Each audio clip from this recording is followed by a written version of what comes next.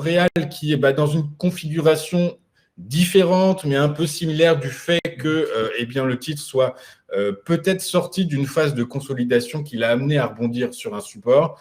Du coup, par la force des choses, est-ce que ce mouvement observé ces 2-3 dernières séances sera suffisamment solide pour permettre au cours de réintégrer le canal ascendant qui était le sien il y a depuis 2-3 mois? Alors, tout à fait, je trouve quand même qu'il y a une belle force, surtout dans les dernières journées sur L'Oréal. Alors, L'Oréal venait d'un schéma baissier, un peu comme toutes les actions au début du printemps de l'année dernière, et lui a trouvé un support sur 372 € avec un beau rebond, avec un petit gap quelques jours après que je n'ai pas tracé, et surtout le franchissement d'un niveau important à 388 €. À partir de ce moment-là, l'actif a évolué à l'intérieur d'un canal haussier et on est allé, alors avec une bougie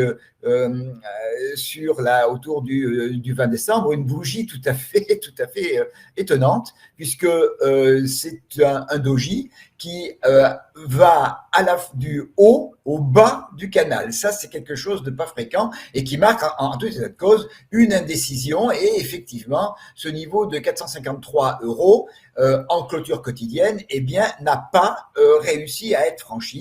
Et on est sorti au début des premiers jours de cette année, on est sorti de notre canal haussier. Alors, j'ai tracé une zone de support qui est très claire. Elle est très claire quant à sa fonction à la fois de support et de résistance dans un premier temps. Cette zone entre 424 et 429 €, elle est très propre. On est venu la tester le vendredi. On est venu la tester quasiment au centime près, et j'aime bien quand on teste les niveaux techniques avec une grande précision. Ça veut dire que les investisseurs regardent ces niveaux et interviennent par rapport à ces niveaux. Ce niveau est également le retracement 38,2 du rallye de la dernière impulsion dans le rallye qui a démarré début novembre sur 388 € et qui s'est soldé sur 460, qui est aussi un sommet historique, c'est quand même pas rien.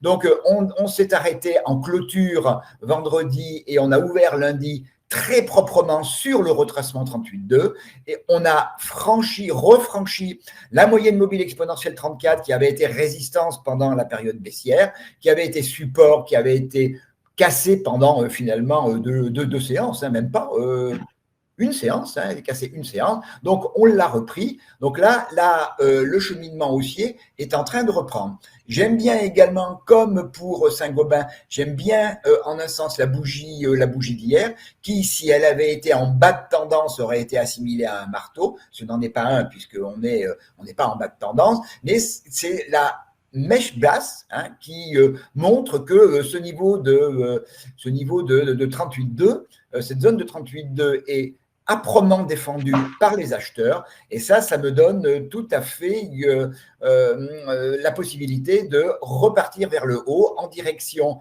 du niveau qui avait résisté et qui avait en clôture ouvert la consolidation, c'est-à-dire 453 €.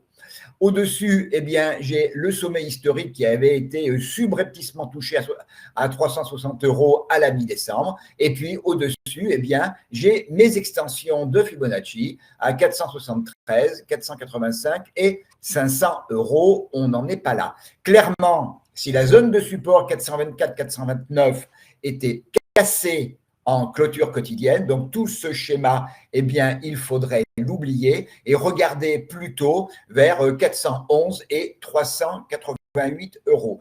Mais là aussi, j'ai un biais pour l'instant qui est plutôt favorable. J'aime bien surtout la défense des niveaux importants. J'aime bien la défense de la zone support. J'aime bien la défense du 38,2, du retracement 38,2 hier. On a vraiment l'impression quand même que les acheteurs ont du carburant.